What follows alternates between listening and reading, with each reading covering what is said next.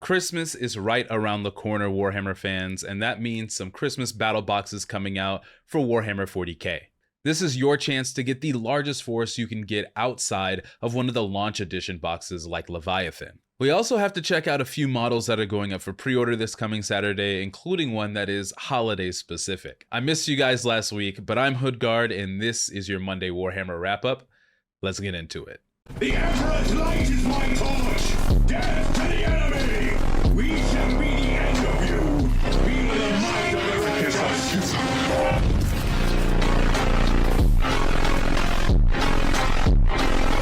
For the Emperor! Before we start talking about any Battleforce boxes, let's talk about some models that were announced, but not for 40k. This is of course continuing the trend of games that are around 40k and in that universe, but not the actual 40k game having really good models, while 40k still seems to be getting neglected. This time, it's not Kill Team, but it's actually Necromunda. The first one that was revealed was the Silberlint Savas model. He's an infotech of House Van Saar and is in this really cool mech chair that's supposed to be unshackling his consciousness. And I don't know what it is about this model other than how unique it is. And his chair apparatus is something I've never seen before on a model. It's got this mix of tech setup and car piping that I really like. Now the next Necromunda model that we have to talk about is the Servant of the Silent One. This is a fusion of genetic scraps and techware that have been made into a killing machine for House Delaque. Some people in my Discord said that it gave off some Dune vibes, and I couldn't agree more. I think the kind of diseased flesh along with the arm being consumed by the creature are really great touches. Alright, next up in the beginning of our Saturday preview section is the new Eisenhorn Malleus edition.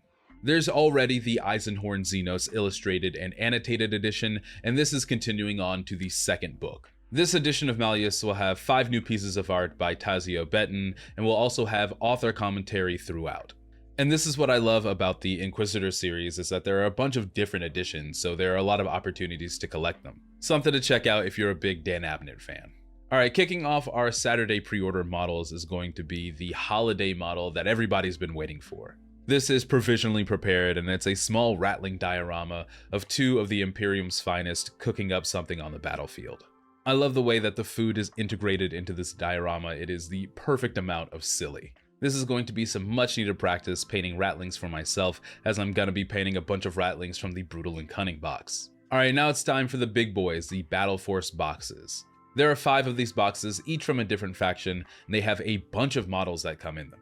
First up is the Adeptus Sororitas Penitent Crusade Host. The theme is obviously penitence. And it's very much so exemplified in all the Sisters Repentia you get, the Arcoflagellants, and even the Penitent Engines. I thought this was an interesting boxing, as you only get real 1 full Sister of Battle in it, 3 if you count the ones that are in the Rhinos. But the Sisters Repentia have some of the best poses in human models, so I guess there's a little trade-off. Next up is the Imperial Knights Valor Strike Lance. And if you've ever wanted to get started painting or playing Knights, this is a great box. It comes with 4 Armiger Helverins and a Knight Paladin. And honestly, if there's one I was considering getting, it might be this one.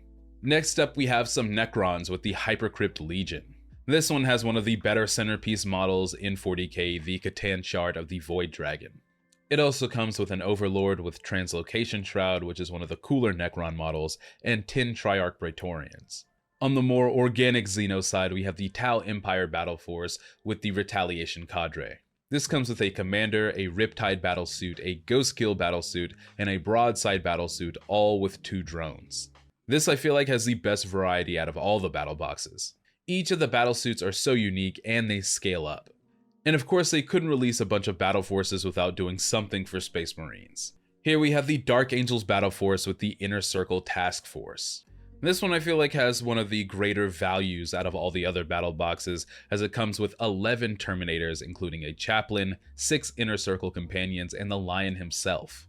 And honestly, I'm just glad that the Ultramarines weren't chosen as the Space Marine Battle Force. But alright my friends, that's going to about do it for this week. Let me know if you have any questions in the comments below. Make sure to leave a like, hit that subscribe button, and I'll see you all in the next one.